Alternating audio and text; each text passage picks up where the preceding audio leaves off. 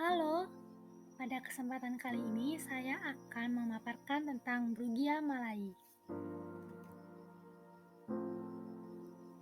Sebelumnya, perkenalkan nama saya Jessica Putri Lulu Budiarsa dengan NIM 2012 0701 056, Kesehatan Masyarakat Reguler tahun 2020. Brugia malayi adalah salah satu nematoda jaringan yang merupakan salah satu dari 3 parasit manusia yang menyebabkan penyakit filariasis limfatik atau kaki gajah. Cacing ini pertama kali ditemukan di Sulawesi oleh Brooke, sehingga disebut Brugia.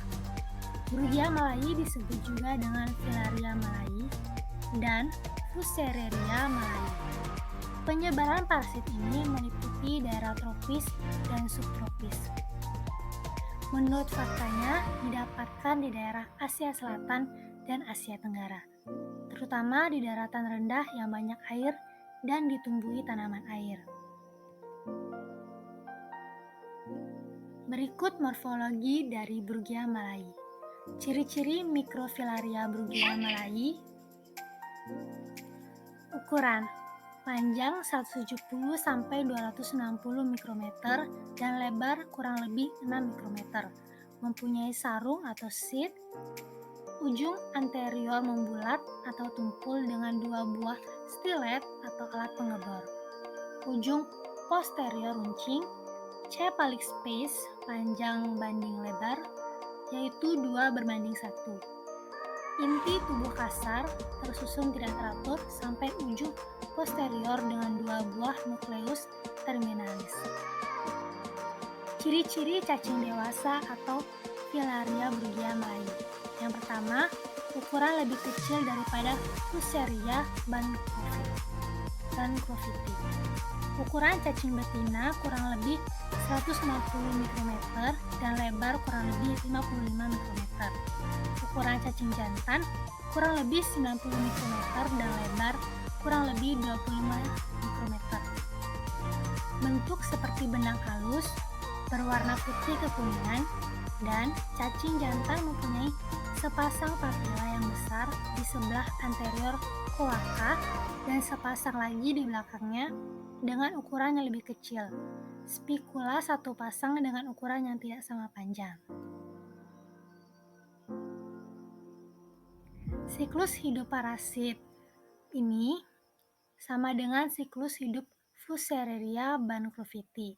Microfilaria masuk ke dalam tubuh manusia dengan melalui gigitan nyamuk, yaitu dari genus Mansonia, Culex, Aedes, dan Anopheles. Microfilaria masuk ke dalam saluran limfa dan menjadi dewasa. Setelah itu, cacing jantan dan betina melakukan kopulasi. Selanjutnya, cacing grafit mengeluarkan larva Microfilaria. Terus, Microfilaria hidup di pembuluh darah dan pembuluh limfa. Selanjutnya, Microfilaria masuk ke dalam tubuh nyamuk saat nyamuk menghisap darah manusia. Selanjutnya, Microfilaria berkembang menjadi larva stadium 1, berkembang lagi menjadi larva stadium 2, dan berkembang lagi menjadi larva stadium 3 dan siap ditularkan.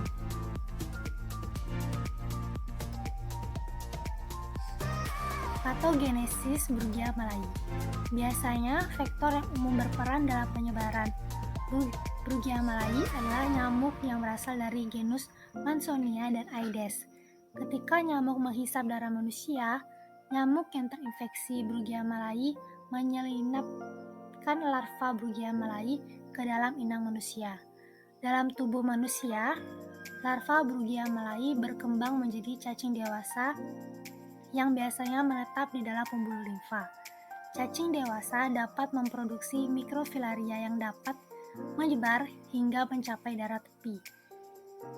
Ketika nyamuk menggigit manusia yang telah terinfeksi, Microfilaria dapat terhisap bersamaan dengan darah ke dalam perut nyamuk. Setelah masuk ke dalam tubuh nyamuk, Microfilaria meninggalkan selubungnya.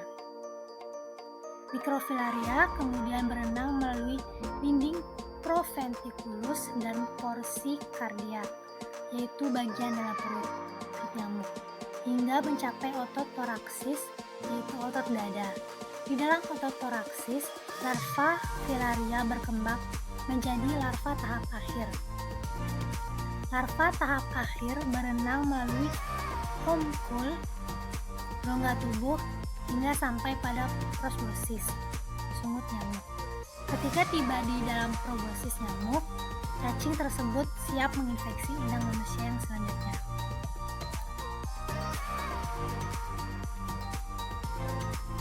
Berikut cara pencegahan infeksi Brugia malayi. Pertama, menaburkan bubuk larvasida pada tempat penampungan air yang sulit dibersihkan. Kedua, menggunakan obat nyamuk atau anti nyamuk. Ketiga, menggunakan kelambu saat tidur. Keempat, memelihara ikan pemangsa jentik nyamuk. Kelima, menanam tanaman pengusir nyamuk. Keenam, mengatur cahaya dan ventilasi dalam rumah. Dan terakhir, menghindari kebiasaan menggantung pakaian di dalam rumah yang bisa menjadi tempat istirahat nyamuk.